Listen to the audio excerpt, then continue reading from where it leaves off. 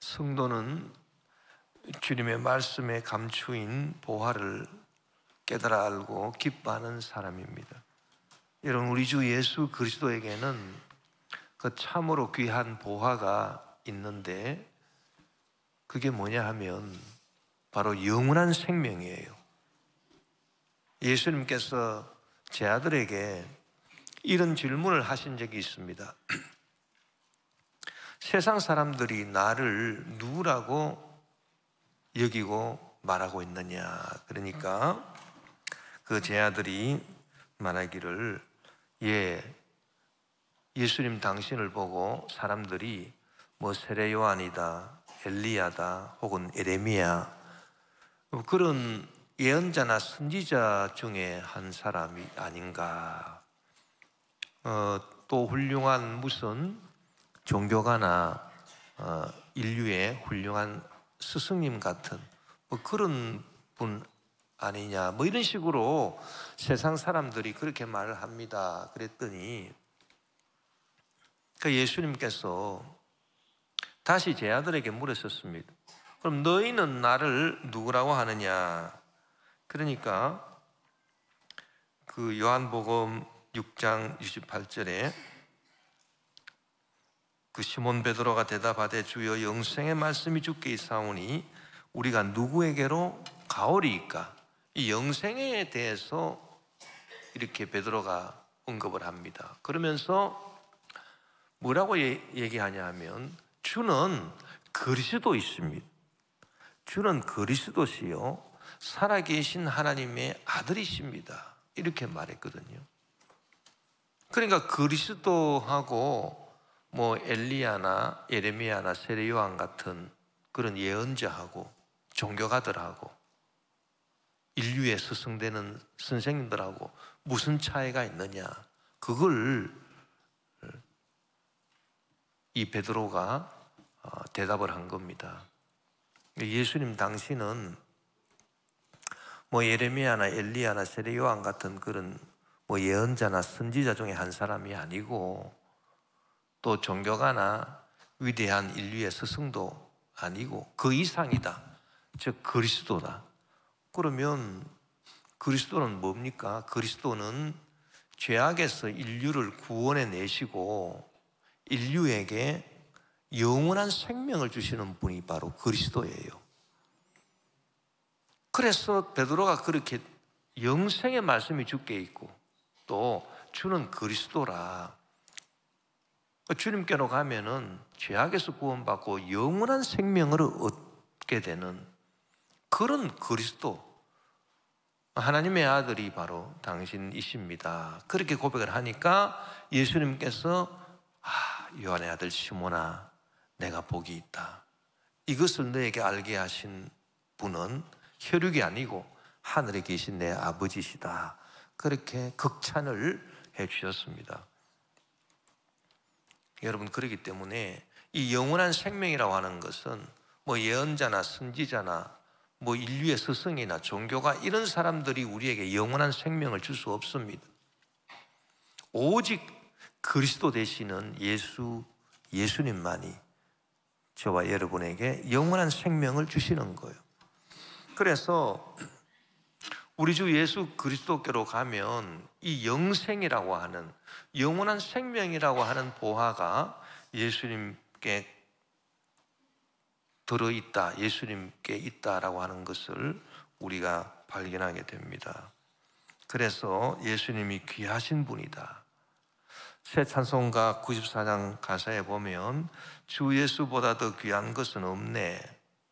이거를 다른 말로 바꾸면요, 영원한 생명보다 더 귀한 것은 없네. 그렇게 바꿀 수 있어요. 이 세상 부귀와 바꿀 수 없네. 여러분, 이 세상에서 잠시 있다가 사라지는 이 세상의 삶에서 부귀영화 공명을 누린다 한들 그것하고 영원한 생명하고 죽어서 부활해서 영원히 사는 거하고 바꾸겠습니까? 그렇기 때문에 이 세상 부귀와 바꿀 수 없습니다. 또 주 예수보다 더 귀한 것은 없네. 이 세상 명예와 바꿀 수 없네. 영원한 생명을 어떻게 이 세상 명예와 바꿀 수 있겠습니까? 이 세상의 명예라고 하는 것이 무엇입니까? 남이 나를 부러워한다. 그게 명예죠. 그런데 사람들이 전부 다 죄인이에요. 그 남을 부러워하게만 하면 참 좋겠는데 부러워하면서 시기하고 질투하죠, 미워하죠. 저 사람을 어떻게 하든지 끌어내려야지. 그렇게 사람들이 생각하고 공격을 하죠. 그러니까 명예를 얻는다라고 하는 것은 이 사람들한테 부러움을 사는 동시에 또 시기, 질투, 미움, 공격을 받는 일이 명예를 얻는 일이에요. 그게 그렇게 좋습니까? 더군다나 그 세상 그 명예를 얻겠다고 영원한 생명을 바꾸치게 하겠습니까? 정말 어리석은 일이죠. 그래서 주 예수보다 귀한 것은 없네. 영원한 생명보다 귀한 것은 없네. 이 세상 명예와 바꿀 수 없습니다. 또 주 예수보다 귀한 것은 없네. 이 세상 행복과 바꿀 수 없네. 여러분, 이 세상 행복이 참 좋죠. 행복하기 위해서 우리는 태어났고 행복하게 살기를 다 원합니다. 그런데 이 세상에 태어나서 행복하게 살지를 못하고 주의 말씀을 전파하다가 순교하신 분들이라든지, 이번에 프랑스 순교여행 가서 파리 외방전교회 그곳에 내가 다시 한번 가봤습니다.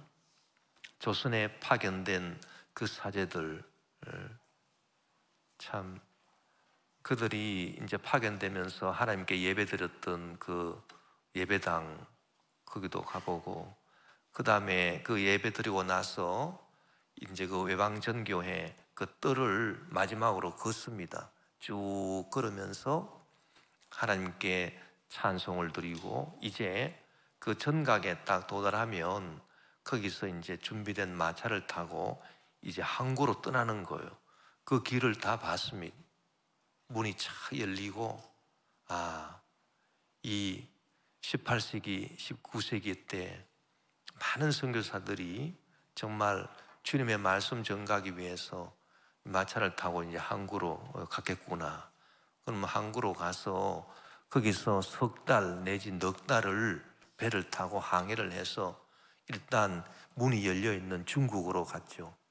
중국에서 또 조선 국경을 넘어서 들어오는데 세국 정책이 심했기 때문에 아주 그 상복 차림을 하고 변장을 하고 온갖 수단을 써서 조선에 들어와서 정말 못 먹고 못 사는 처절하게도 가난한 그 무지한 백성들이 사는 이 조선 땅에 복음을 전하다가 정말 잡혀서 순교까지 당한 그런 분들,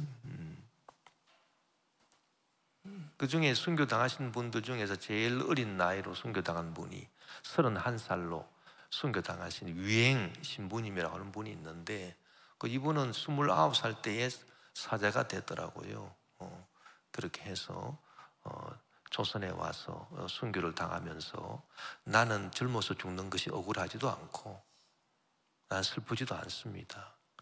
내가 억울하고 슬픈 것은 내가 사랑하는 조선 사람들을 조금이라도 더 복음을 전해서 그들의 영혼을 구원하지 못하고 세상을 떠난 이것이 바로 참 내가 원통하고 슬픈 일입니다. 그렇게 하고 칼날을 받고 순교를 했습니다.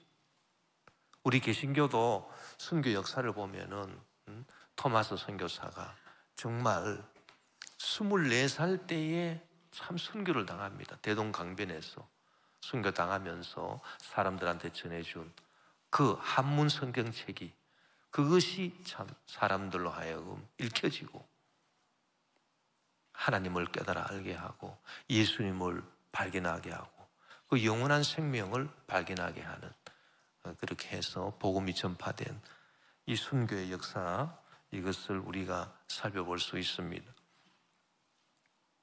그래서 순교하면서까지 이 복음을 전했던 이유는 무엇이겠는가? 이 세상 행복 어디 있습니까? 세상 행복 전혀 없죠. 그러나 영원한 생명을 얻고 순교자들은 또 영원한 면류관을, 생명의 면류관을 얻기 때문에, 영원한 생명이 귀한 것이기 때문에 이 세상 행복과 바꿀 수 없는 것이었습니다. 그래서 순교하기까지 주의 복음을 전했던 분들입니다. 우리도 얼마나 이 영원한 생명을 사모하고 있습니까? 그 영원한 생명은 오직 주님께 있습니다. 주님께는 영원한 생명이 있기 때문에 우리가 주님을 떠날 수가 없습니다. 예수님께서 베세다 광야에서 보리떡 5개, 물고기 2마리로 수만 명을 먹이신 기적을 베푸셨어요. 사람들이 그 예수님 베푸신 기적을 통해서 참 배고픈 사람들이 배불리 먹었습니다. 그리고 12강주리에 그 떡이 남았습니다. 그런 기적을 베푸셨는데 그 예수님께서 그 군중들에게 뜬금없이 뭐라고 말씀하시냐 하면, 너희들이 나를 찾는 까닭은 떡을 먹고 배부른 까닭인데 내가 너희들에게 영원히 살 수 있는 떡을 주겠다. 뭐 한 번 먹어서 소화되어서 밑으로 놔버리면 끝나버리는 그런 떡이 아니고, 이 한 번 딱 먹기만 하면 영원히 살 수 있는 그런 떡을 주리라. 그 떡이 바로 내가 너희에게 주는 내 살이다. 내 살을 너희에게 주노니 이 살은 사람들로 하여금 먹고 죽지 않게 하는 영원한 생명, 영생의 떡이니라. 이런 말씀을 하셨어요. 그러니까 사람들이 그 말을 문자 그대로 들으니까 도저히 이해가 안 되는 겁니다. 성령이 감동을 시켜주셔서 그 말씀의 의미를 깨달아 알아야 되는데, 그 말씀의 의미가 뭡니까? 예수님께서 십자가에 올라가셔서 찢기신 살, 흘리신 피, 그 찢기신 살을 통해서, 흘리신 피를 통해서 우리 모든 인류의 죄가 다 사함을 받고 우리가 구원을 받아서 영생 천국을 누리게 된다는, 영원히 살게 된다는 그 예수님의 말씀의 의미를 깨달아야 되는데 그걸 깨닫지를 못하니까 예수님이 그런 말씀했을 때 이 군중들이 저분이 이상한 사람이다.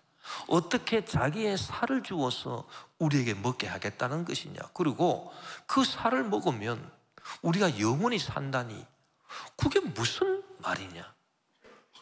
아무래도 정신이 이상해지신 것 같다.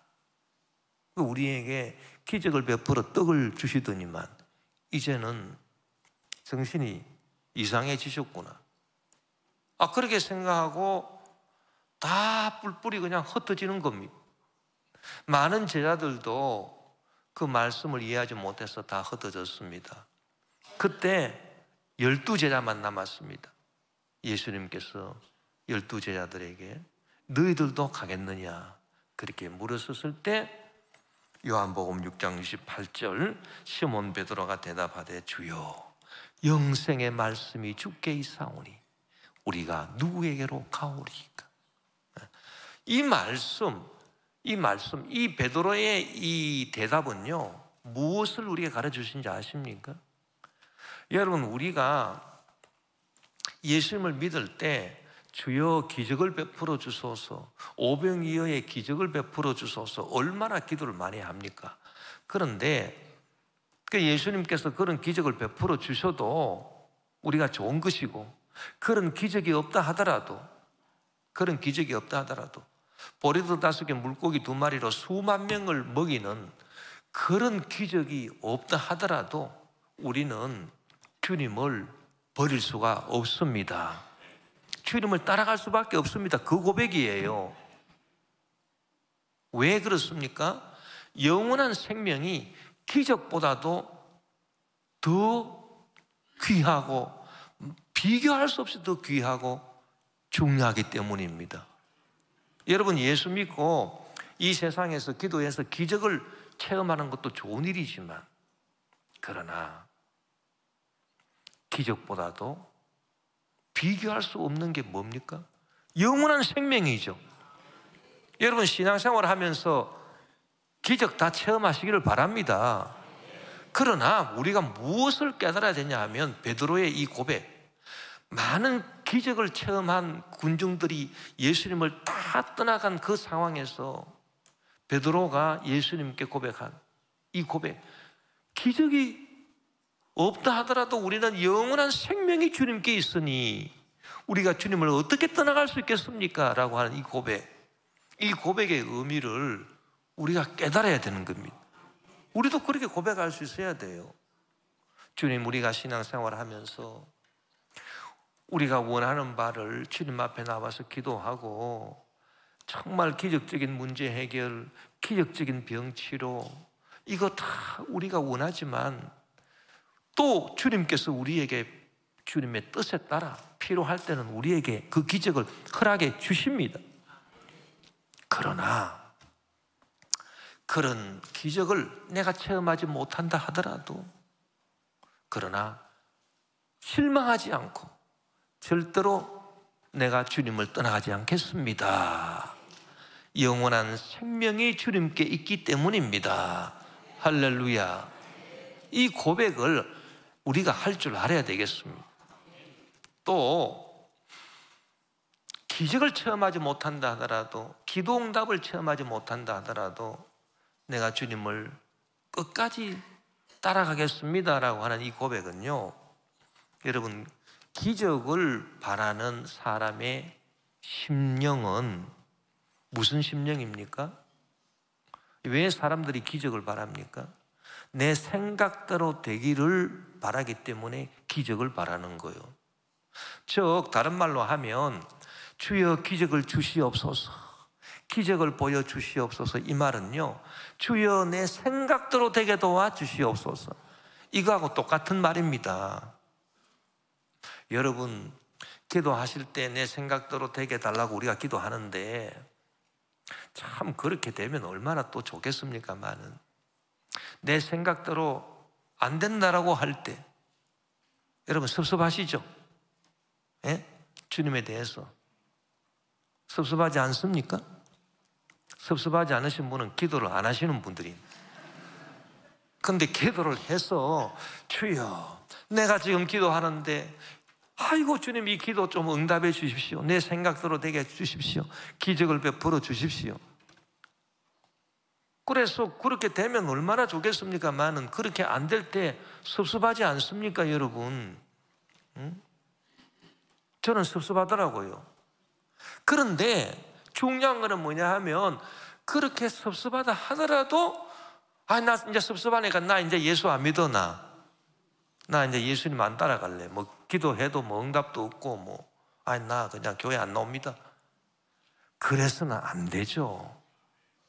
그래도 내가 주님을 따라가겠습니다. 왜 따라갑니까? 예?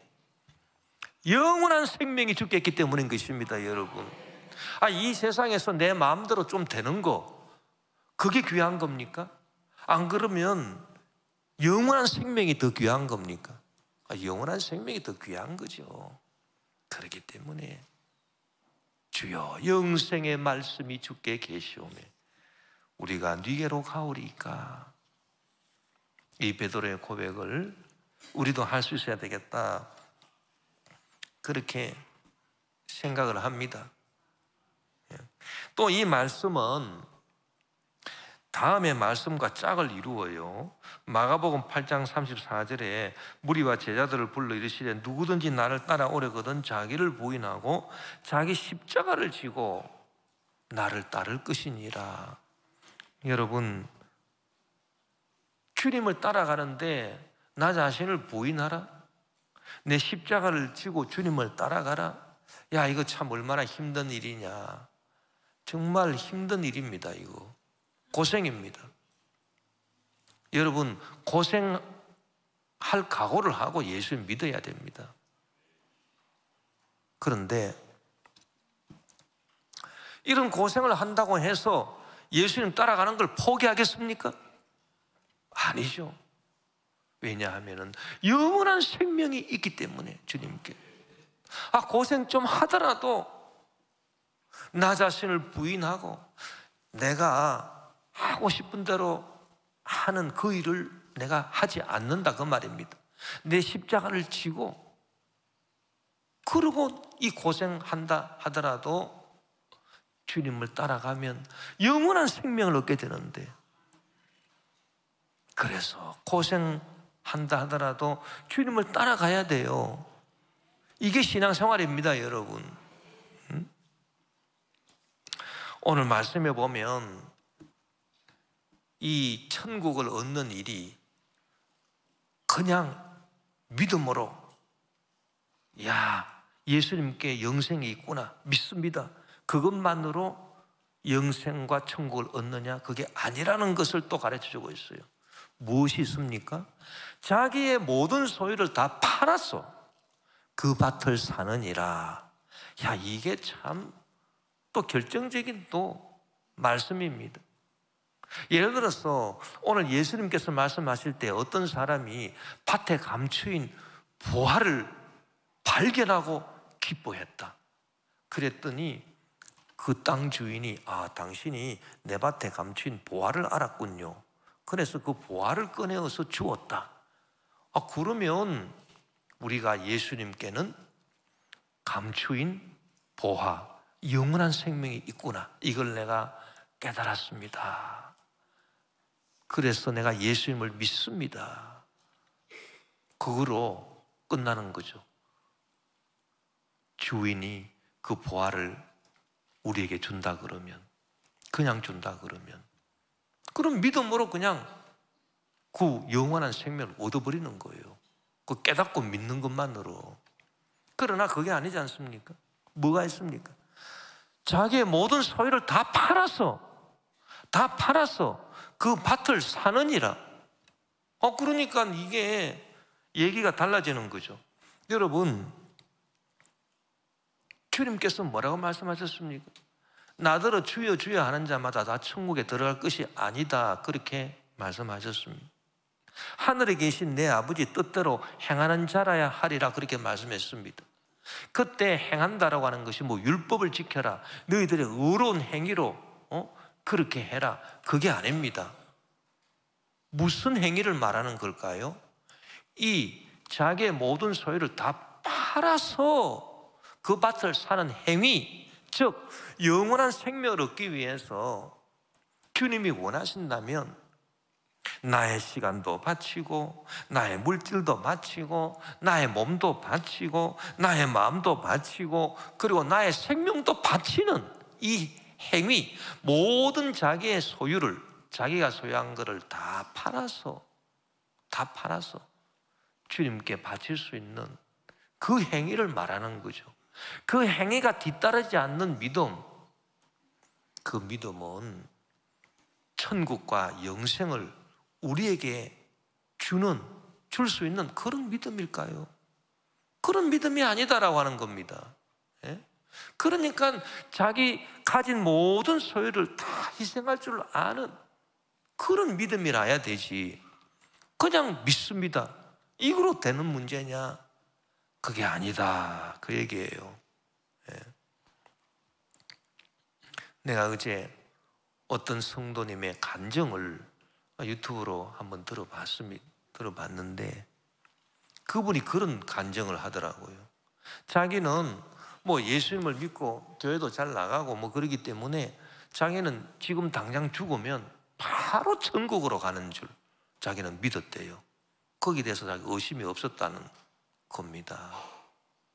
그런데 하루는 기도를 하는데 환상을 하나님 보여주시는데 자기가 환상 가운데 보니까 지옥이 나타났어요.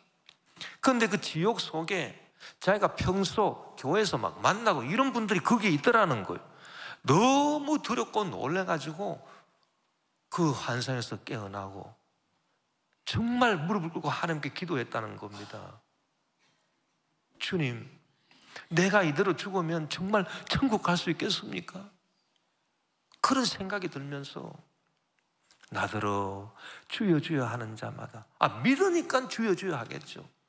다 천국에 들어갈 것이 아니라 하늘에 계신 내 아버지의 뜻대로 행하는 자라야 하리라. 그런데 이 행함이 뭘까? 율법을 지키라, 너희들의 의로운 행동을 해라, 그래야 구원을 받는다, 그게 아니에요.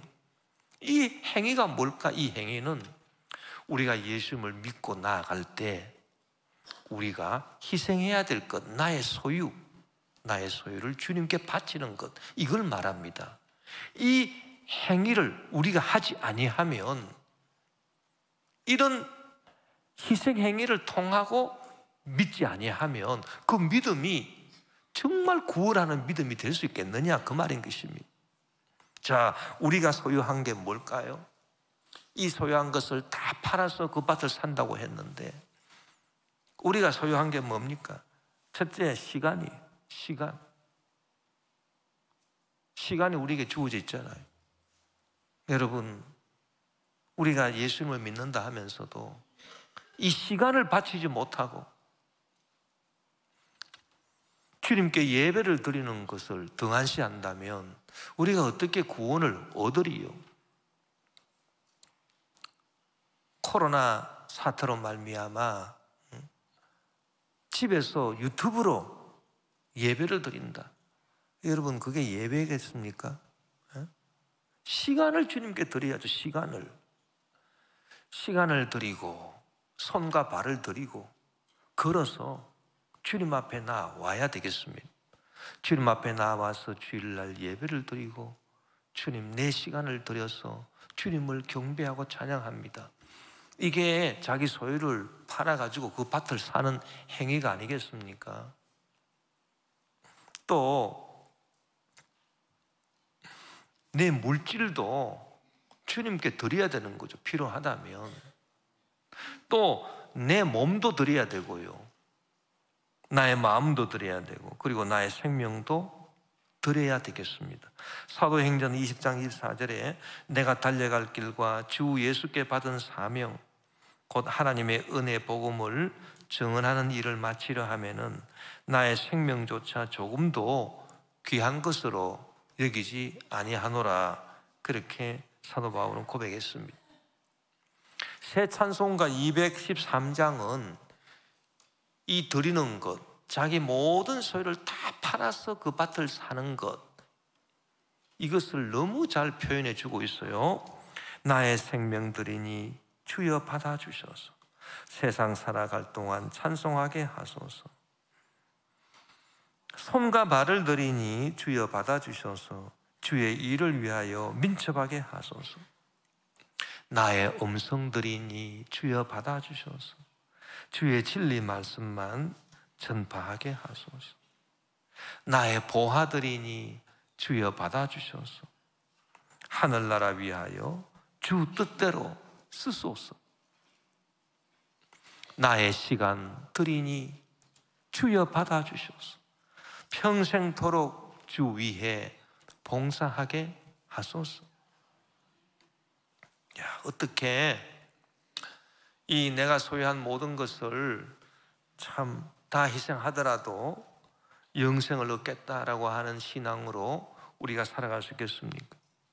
먼저 우리가 깨달아야 됩니다. 예수님께는 영원한 생명의 보화가 감추어져 있다.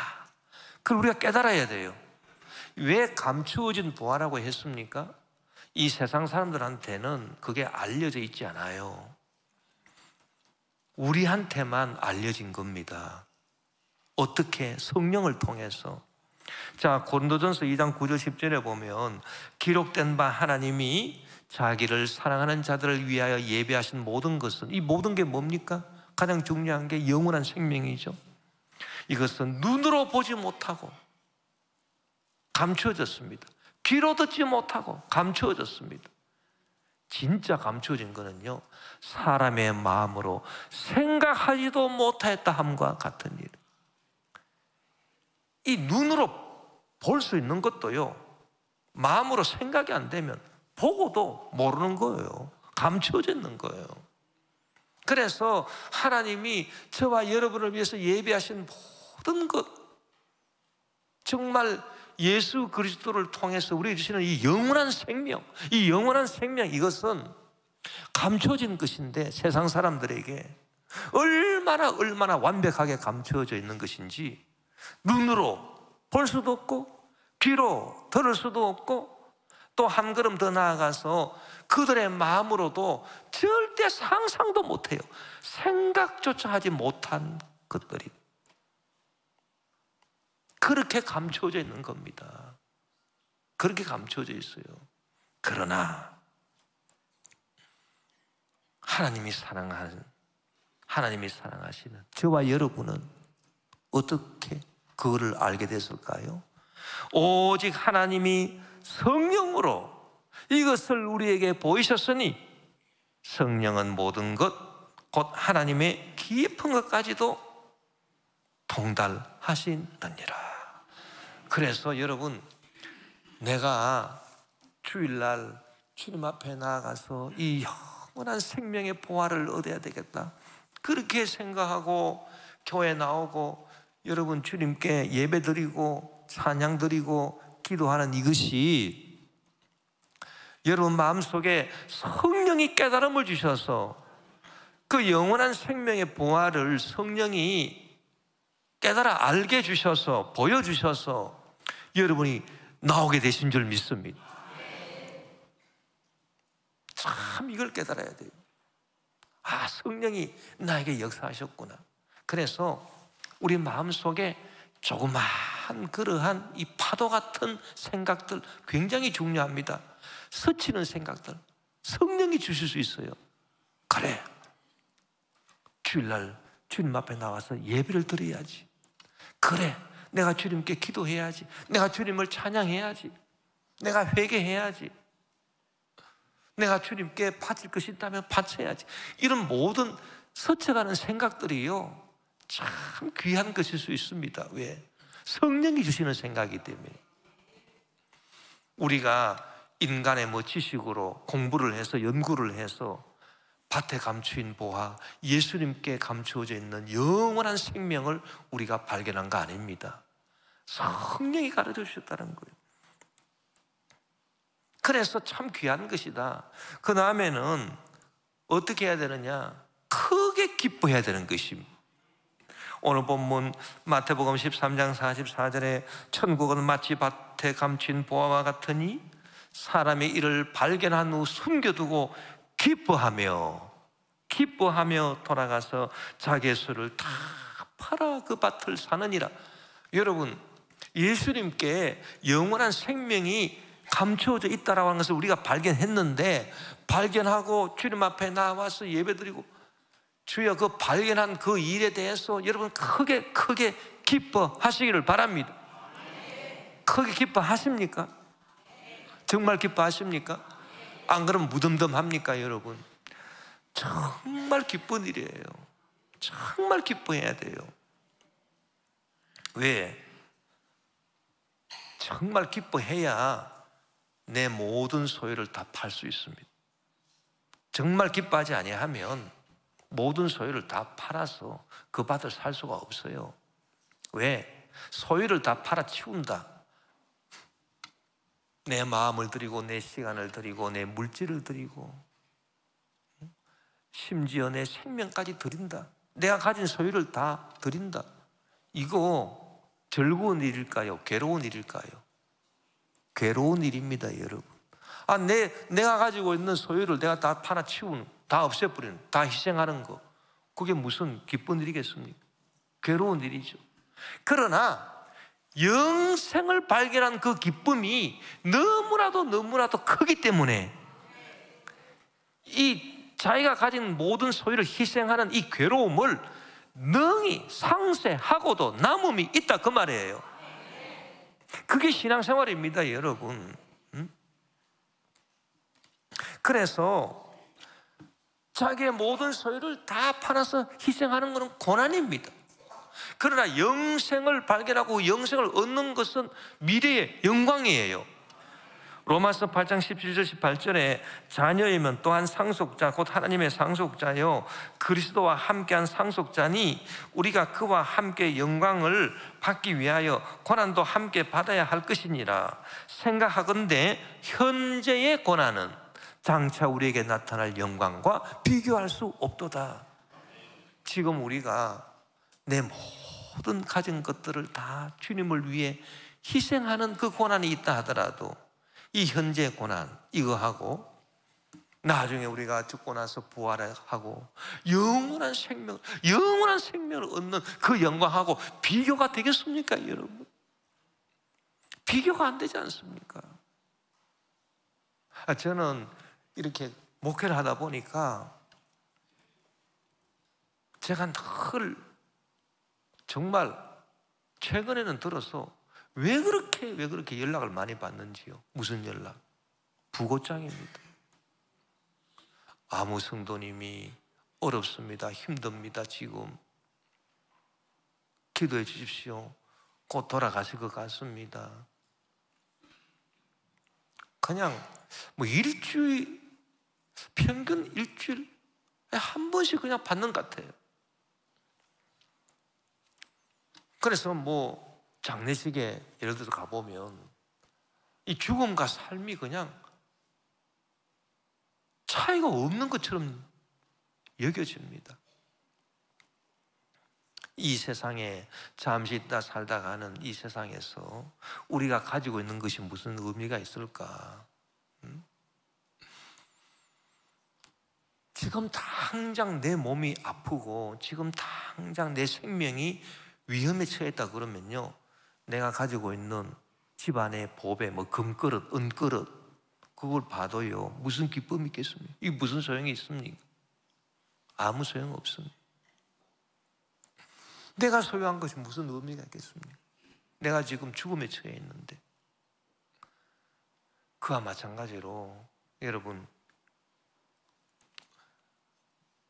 내가 가지고 있는 모든 소유를 다 희생한다 하더라도 영원한 생명을 얻는 거하고는 비교가 안 되는 일이죠. 비교가 될 수 없습니다. 우리가 이와 같은 깨달음을 갖고 믿음을 갖고 우리가 신앙생활을 해야 됩니다.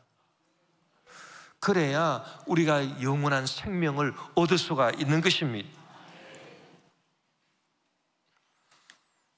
그런데 많은 사람들이 또 그렇게 물을 거예요. 그러면 예수 믿고 살아가는 것은 그러면 이 세상에서는 고난밖에 없느냐?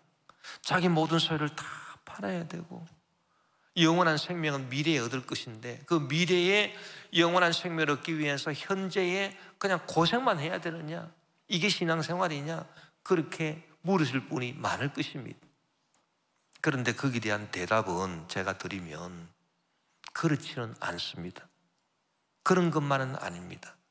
우리가 주님을 따라가고 주님을 위해서 모든 것을 바치고 주님을 위해서 우리가 희생하고 주님을 위해서 우리가 말씀대로 살고 말씀대로 살기 위해서 육신의 정욕, 안목의 정욕, 이생의 자랑을 포기하고 나 자신을 부인하고 십자가를 지고 나아가면 굉장히 고생입니다. 그런데 그 고생은요, 육신의 고생이에요. 그런데 이 땅에서 뭐가 있느냐? 이 땅에서 우리가 육신의 고난을 받잖아요. 그러면 이 땅에서도 우리가 축복을 받는데 그 축복은 무슨 축복이냐 하면 영혼의 평화가 다가와요. 영혼이 즐거워져요. 이게 축복입니다, 여러분. 이게 축복이에요. 그래서 갈라디아서 5장 16절 17절에 보니 내가 이르노니 너희는 성령을 따라 행하라. 그리하면 육체의 욕심을 이루지 아니하리라. 육체의 소욕은 성령을 거스르고 성령은 육체를 거스르나니 이 둘이 서로 대적하므로 너희가 원하는 것을 하지 못하게 하려 함이니라. 아니 뭐 육신도 기쁘고 즐겁고 내 영혼도 기쁘고 즐겁고 이러면 얼마나 좋겠습니까? 그런데 우리가 죄인으로 이 땅에 살기 때문에 다 좋을 수는 없다. 성경이 그걸 가르쳐줘요. 그래서 육신의 소욕 정욕을 쫓아서 살면 성령이 괴로워서 역사하지 않기 때문에 너의 영혼에 평화가 없느니라. 그런데 성령의 소욕을 쫓아서 살게 되면 영혼에는 평화가 있지만 육신에는 괴로움이 있을 거다. 왜 육신이 괴롭습니까? 육신의 정욕대로 살면 안 되니까. 안목의 정욕대로 살면 안 되니까. 이생의 자랑대로 살면 안 되니까 괴로움이 있다, 그 말이에요. 여러분, 주님의 말씀대로 주님의 말씀을 순종하고 영원한 생명을 얻기 위해서 필요하다면 내가 가진 모든 소유도 다 주님께 드릴 수 있고 바칠 수 있고 희생하면서 살아간다. 이것이 얼마나 육신의 고난이겠습니까? 육신의 정욕 한번 살펴봅시다. 여러분, 육신의 정욕이라고 하는 것이 어디서 생겨납니까? 먹는 데서 먹어야 살죠. 안 먹으면 죽잖아요. 그런데 먹으면 어떻게 됩니까? 먹으면 정욕이 생겨나거든요. 안 먹으면 정욕이 안 생겨나요. 정욕이 건강을 재는 바로 메타예요. 그래서 뭘 먹으라고 그럽니까? 고기를 먹으라 그러잖아요. 고기를. 왜 고기를 먹으라 그러냐? 고기를 먹어야 힘이 생긴다. 몸에서 힘이 생기고 정욕이 생기고, 그러니까 고기를 먹어라. 그래서 먹어야 사는 거 아닙니까? 응? 고기를 먹어야 돼. 고기를. 응? 고기를 먹어서 정욕이 생기고 그렇게 해야 그건 건강한 거지. 그래서 건강을 위해서 고기를 잔뜩 먹었더니 정욕이 솟구쳐 오르는데, 근데 또 하나님 말씀이 뭐라고 합니까? 절제해라. 정욕대로 살면 안 된다. 그러니까 얼마나 괴로워요, 이거. 몸의 건강을 위해서 보약을. 내가 어떤 목사님이 그런 간증하는 걸 들었습니다. 어떤 성도님이 독사를 잡아가지고 뱀술을 만들어가지고요. 목사님이 이거를 드셔야 힘이 생기고, 건강이 좋아지고, 힘이 기운이 솟아나고, 정욕이 막 솟아오르고, 그래서 그거를 거절을 하셨답니다. 왜? 그 독사 뱀술 먹고 목사가 정욕이 생기면 그거 어떻게 되겠냐, 그거. 그러니까 몸의 건강은 더 좋을 줄 몰라도 그거 어떻게 주체하느냐? 그럼 죄 짓고 그럼 어떻게 해요? 이거 망하는 일이다. 야, 이러니까 여러분 참 이거 모순이에요, 모순. 얼마나 참 힘들어요. 몸은 건강해야 되는데, 건강해서 고기 먹고 보약도 먹고 뱀술도. 그런데 그렇게 해서 정욕을 키워서 죄 지으면 어떡합니까? 이게 참 절제해야 되고, 잘 먹고 건강한 거는 좋은데 건강해가지고 절제를 한다 그러니까 이게 또 얼마나 힘드냐, 이게 절제하는 게. 예? 그러니 참 죽을 노릇이. 그게 얼마나 육신에 고생이 있습니까, 여러분? 예? 그리고 안목의 정욕. 자, 먹는 것으로 사는 거는 육신의 정욕이고요. 안목의 정욕, 사람들이 전부 다 보는 거로 또 보고 살지 않습니까? 보는 것 중에 좋은 것들이 얼마나 많습니까? 여리고 성 싸움에서 승리해가지고 그 탈취물을 얻었는데 아간이 눈으로 딱 보니까 신할산 외투, 이야, 이 멋진 외투,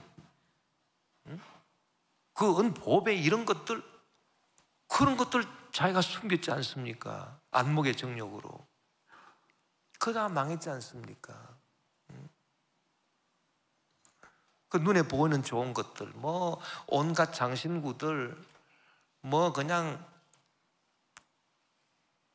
아름다운 옷들, 보석들, 다이아몬드, 진주, 목걸이, 여성분들 참 좋아하시는 거 다 들어가요, 여기. 온갖 명품들, 이 전부 다 안목의 정욕 아닙니까? 그런데 보고 사니까 어쩔 수 없다. 보고 사니까. 그러나 그것도 절제하라. 안목의 정욕 딱 절제. 얼마나 힘들어요. 육신이 괴롭죠. 그거 절제하려고 그러니까. 이생의 자랑. 사람은 무슨 맛에 삽니까? 지 잘난 맛에 삽니다. 그런데 그 이생의 자랑 그것도 하지 마. 그것도 절제. 그게 얼마나 힘들어요. 육신의 고난이에요. 예수 믿는 게 여러분 참 고생입니다. 육신의 고난. 정말 고생이에요. 그러면 기쁨은 없느냐? 있습니다, 여러분. 육신이 고난 당하는데 영혼은 참 평화롭습니다. 영혼의 깊은 곳에서 평화가 울러 넘쳐요. 내 영혼의 깊은 곳에서 참 기쁨이 생겨요. 육신의 고난 안 받고 육신의 정욕대로, 안목의 정욕대로, 이생의 자랑대로 살면 육신이 편안하죠.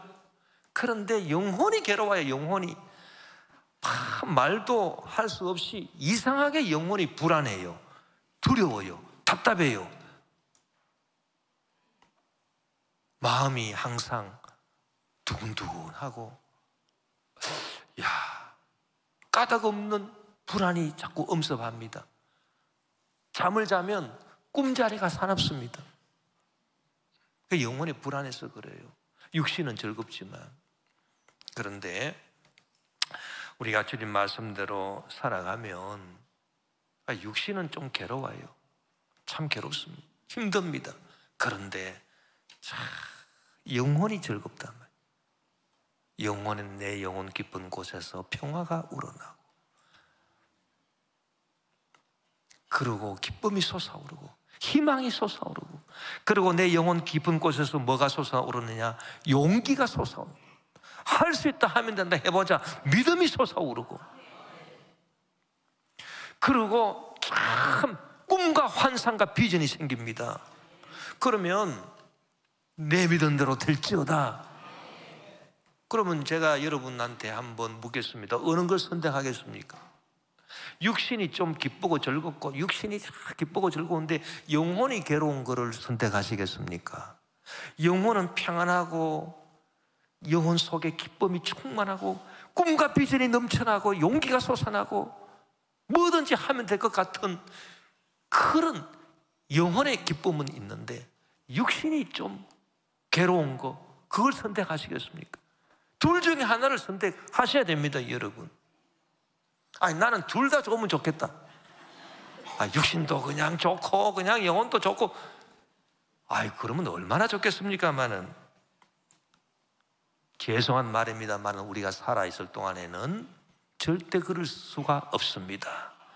왜? 육신의 소욕은 성령을 거스르고 성령의 소욕은 육신의 소욕을 거스른다 그랬어요. 이 땅에서는 어쩔 수 없어요. 선택을 해요, 선택을. 저는 제가 지금까지 살아온 거로 보면은 훨씬 더 여러분 영혼이 평안하고 육신이 좀 괴로운 것이 훨씬 낫습니다.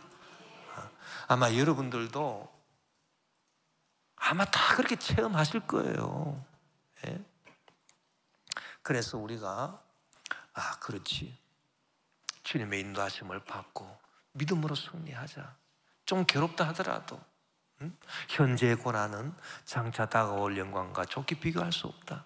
그리고 내가 주님을 위해서 내가 힘써 애쓰고 노력하고 살아가면 내 육신은 고달플지라도 내 영혼에 평안과 기쁨이 충만하고 능력이 나타나고, 그리고 영혼이 잘 되면 나중에 어떻게 됩니까? 이게 또 범사에 형통하며 강건한 복으로 또 돌아와요.